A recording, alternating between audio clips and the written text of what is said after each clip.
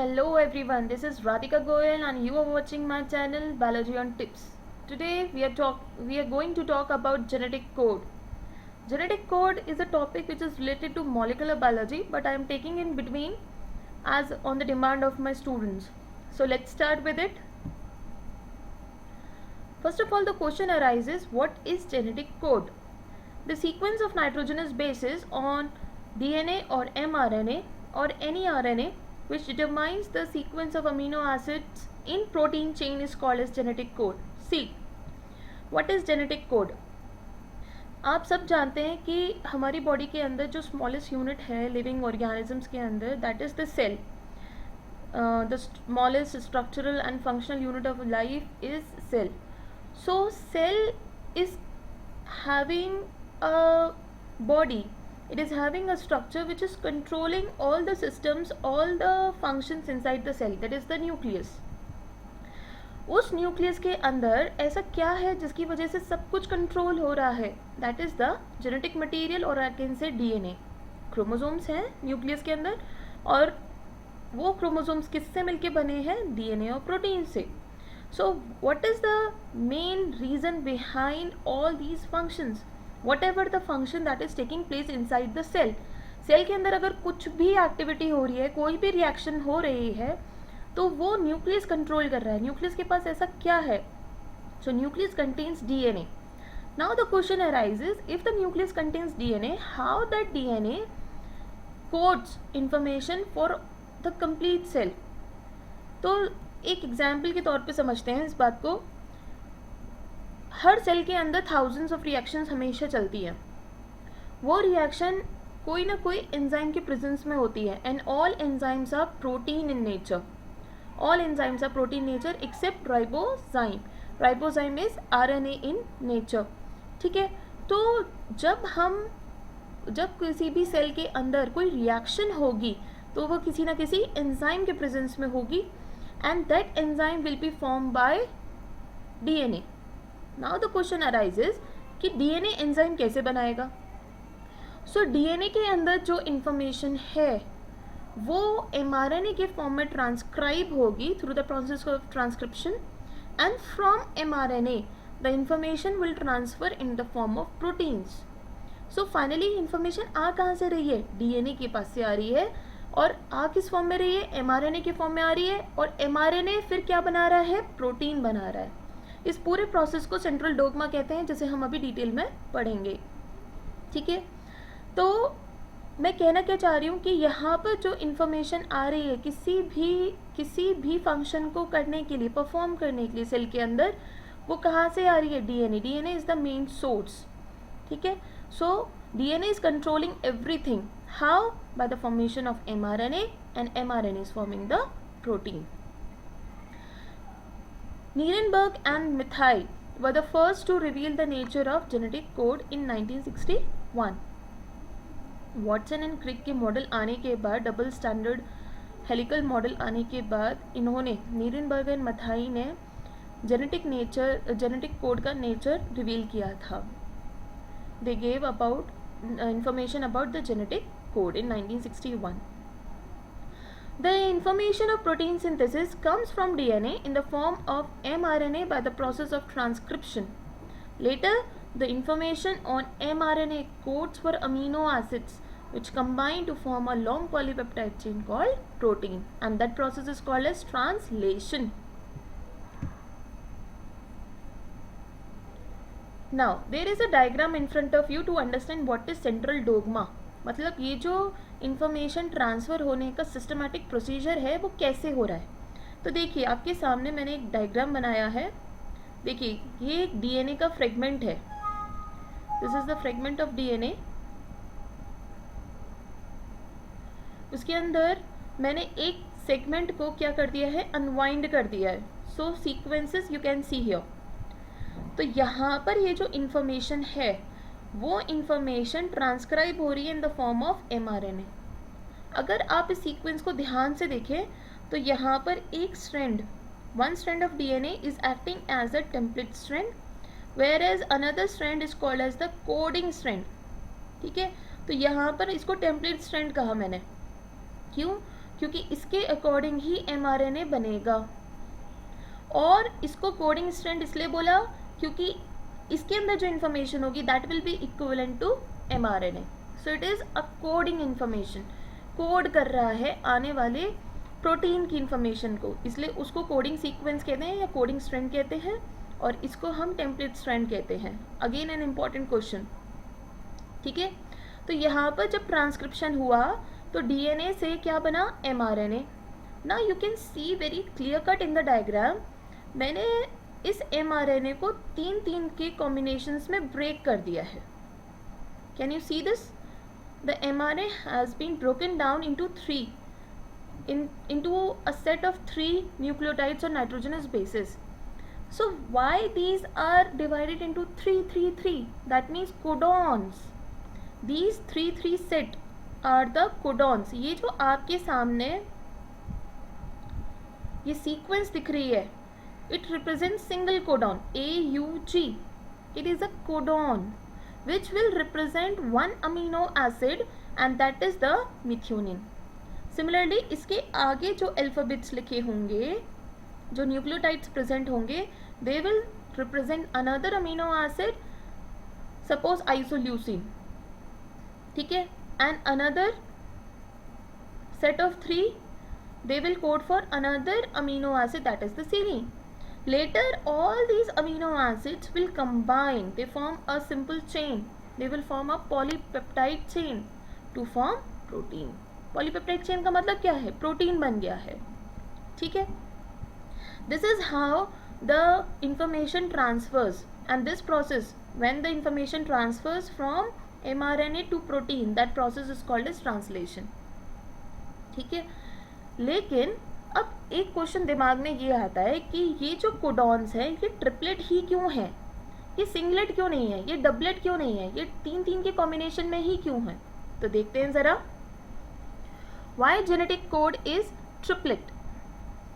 As we know that there are 4 nitrogenous bases in A, that is AGTC. देखिए मैं आपके सामने 3 conditions लेकर आई हूँ to understand this triplet concept. आपको एक लैंग्वेज का एग्जाम्पल लेते हैं, suppose English. If I am talking about English, तो हम इंग्लिश बोलें या लिखें या पढ़ें, कभी भी कुछ भी करें इंग्लिश के साथ, तो क्या होगा कि we will use only 26 alphabets at a time, ठीक है, मतलब 26 अल्फ़ाबेट से मिलकर ही वर्ड्स बन रहे होंगे कैसे भी।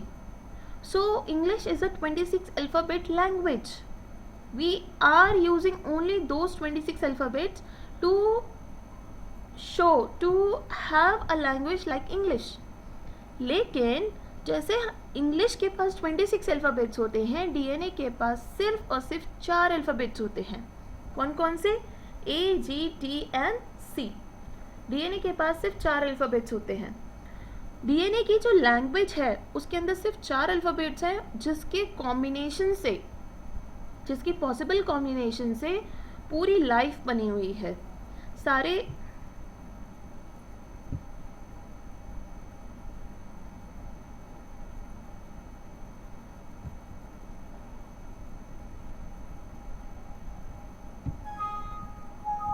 सारे जो भी प्रोसेसेस हो रहे हैं, जो भी लाइफ के अंदर कोई भी प्रोसेस हो रहा है, वो गवर्न हो रहा है इन 4 अल्फ़ाबेट की वजह से। लेकिन ये 4 अल्फ़ाबेट मिलके इस इतने कॉम्बिनेशंस बनाएंगे कि सारे प्रोटीन्स के जो अमीनो एसिड्स हैं वो सारे कोड हो जाए, ठीक है। तो वो कैसे हो जाएंगे ज़रा देखते हैं। कंडीशन नंबर 1 क्या लेके चल रहे हैं, DNA is a language and that language consist of 4 alphabets A, G, T and C, ठीक है। सो condition number 1 is, let us consider that the genetic code is singlet. हम मान लेते हैं जेनेटिक कोड ट्रिपलेट नहीं है, सिंगलेट है, ठीक है। That means so the total number of combinations will be 4 to the power n. How many combinations I will get in case of singlet, n will represent number, ठीक है ना। Singlet है तो मतलब एक एक, ठीक है। So n will be 1. So how many combinations we are getting, only 4. तो क्या कॉम्बिनेशंस हो गए, या द A, G, T या C। लेकिन हमारे पास अमीनो एसिड शो करने के लिए कितने हैं, 20. We have 20 amino acids to show. So how can we show 20 amino acids with the help of only 4 combinations? we can't show. So genetic code cannot be singlet. Point number 1. Point number 2, अगर genetic code doublet है, doublet मतलब उसके अंदर जो combinations हैं वो 2 की sets में है, like AG, like TC, so on.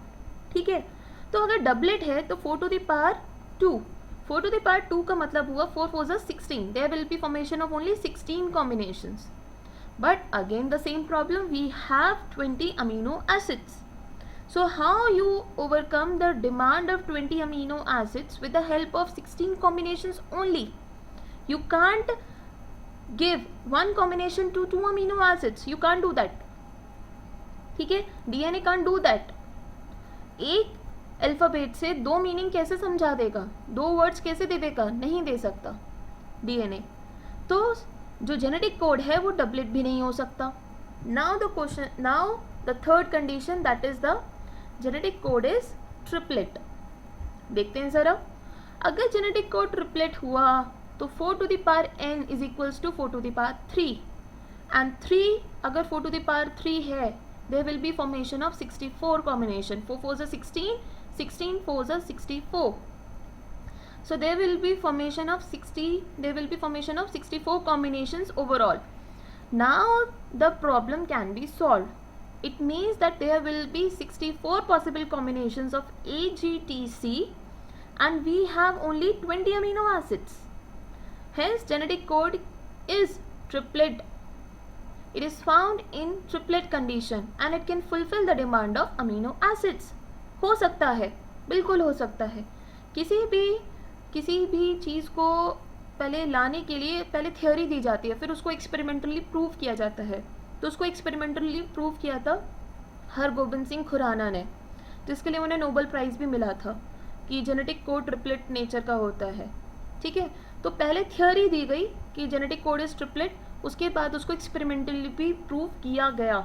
ठीक है, so there is a chart in front of you which shows how the combination of 3 amino acids, 3 nitrogenous bases can form a codon. So there are all codons in front of you in this table, you can see very well, and you can see how they are forming set of 3 combinations. 3 के set बनाए हैं और हर codon एक amino acid को represent कर रहा है. देखिए, ऐसा तो हो सकता है कि एक अमीनो एसिड के एक से ज़्यादा कोडॉन हो, लेकिन ऐसा कभी नहीं हो सकता कि एक कोडॉन एक से ज़्यादा अमीनो एसिड को शो करे. Very important point. ठीक है, नेक्स्ट देखते हैं ज़रा characteristics of genetic code. Very important concept. देखिए, what are the characteristics of genetic code. Number 1, triplet in nature. हमारा जो जेनेटिक कोड है वो ट्रिपलेट की फॉर्म में है, मतलब 3 के सेट में मिलेगा. ठीक है, ये 3 का सेट यूनिवर्सल है. नंबर 2, यूनिवर्सल है मतलब चाहे मैं इंडिया में हूँ या मैं कहीं और हूँ कंट्री में, कहीं पूरे वर्ल्ड में कहीं भी ट्रैवल कर रही हूँ, मैं किसी का भी DNA उठा लूँ, उसके अंदर इसी पैटर्न को फॉलो करेगा DNA. That means the information is present in the form of triplet.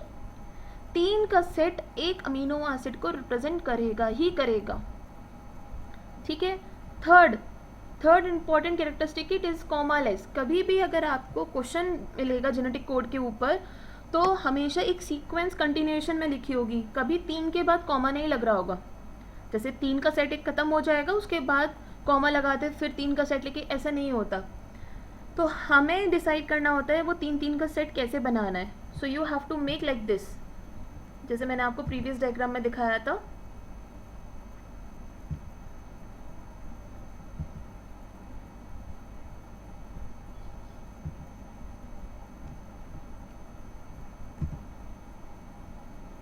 मैंने इस डायग्राम में आपको दिखाया था. आपको इस तरीके से जेनेटिक कोड मिलेगा. ठीक है, तो आपको 3 के सेट खुद बनाने हैं. So it is commaless.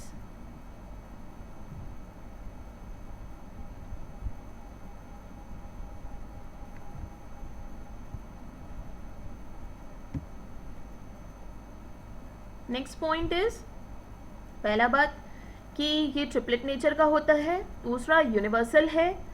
It will be applicable throughout the world. It will be applicable on all organisms, क्योंकि सारे organisms के अंदर सेम अमीनो एसिड्स होते हैं. तीसरा कॉमालेस होता है, इसका मतलब कोई पंक्चुएशन मार्क नहीं लगता, ना कॉमा ना सेमी कोलन कोलन कुछ नहीं, इट इज़ रिटन कंटिन्यूसली. ठीक है. Next is non ambiguous nature, very important. एक कोडॉन एक अमीनो एसिड को रिप्रेजेंट करेगा. One codon represent only one amino acid. Second is next point is non overlapping. कभी भी ये ओवरलैपिंग नहीं करेंगे, मतलब एक नाइट्रोजनस बेस सिर्फ एक कोडॉन का पार्ट होगा, वो दूसरे कोडॉन का पार्ट नहीं बन सकता. So it is non overlapping in nature. Suppose AUG है तो G will participate. Suppose AUG एक कोडॉन है, ठीक है, तो AUG में जो G है it will participate with only AUG, it will not participate with another codon. So it is non overlapping in nature. Next is degeneracy or degenerate. So degeneracy means an amino acid can have more than one codon. An amino acid can have more than one codon. For example, मैं यहाँ पर एक note भी डाली हूँ. Only tryptophan and methionine are the amino acids which are coded by only one codon. सिर्फ tryptophan और methionine ऐसे अमीनो एसिड्स हैं जो सिर्फ एक ही कोडॉन से रिप्रेजेंट होते हैं. बाकी 18 अमीनो एसिड्स दे हैव 2 और मोर कोडॉन्स. ठीक है. इनफैक्ट मतलब आपको सुनने में बहुत अजीब लगेगा लेकिन ऐसा है. ल्यूसीन, आर्जिनिन एंड सीरीन, उनके पास तो 6 कोडॉन्स हैं. They are encoded by 6 codons. You can see in my previous table also this thing. Another important point is the start codon. जब भी प्रोटीन सिंथेसिस होगा तो जो स्टार्टिंग कोडॉन होगा वो हमेशा AUG होगा. That is the starting codon and it codes for methionine. And stop codon, जब भी ट्रांसलेशन स्टॉप होना होगा तो स्टॉप कोडॉन मिलेंगे वहाँ पर to terminate the polypeptide chain. So दो stop codons are UAA, UAG and UGA. Very important question.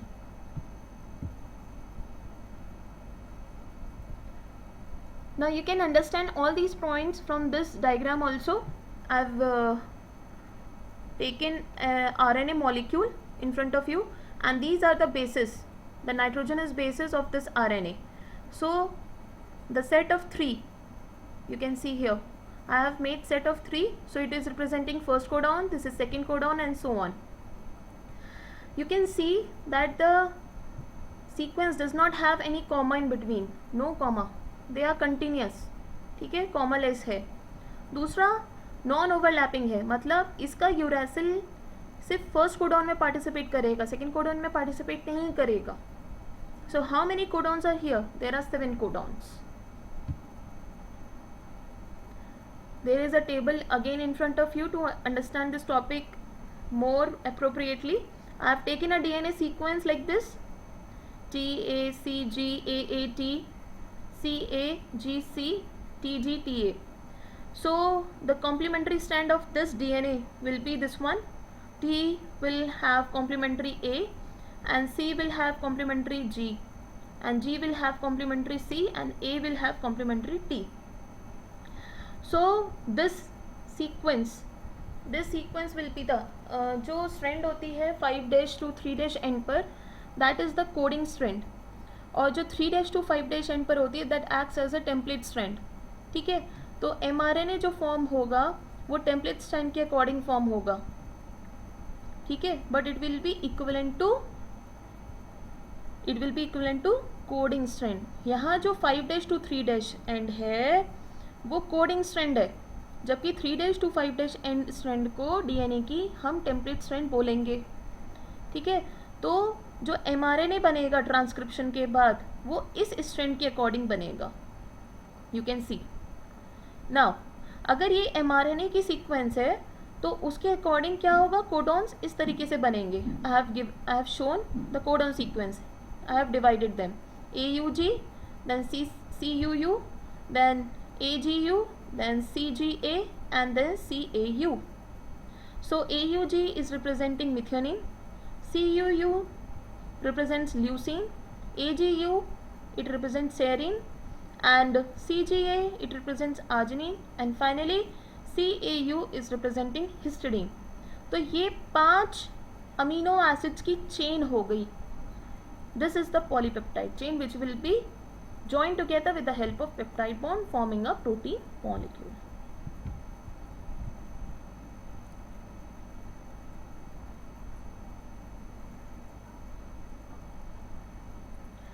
So this is all about the genetic code. I hope you will like my video.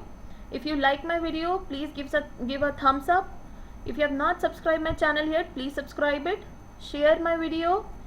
Please give your feedback to my please give me your feedback on this video in the comment box, and you can follow us on Facebook and Twitter also. You can play quiz of our app on Quiz app. Thank you once again.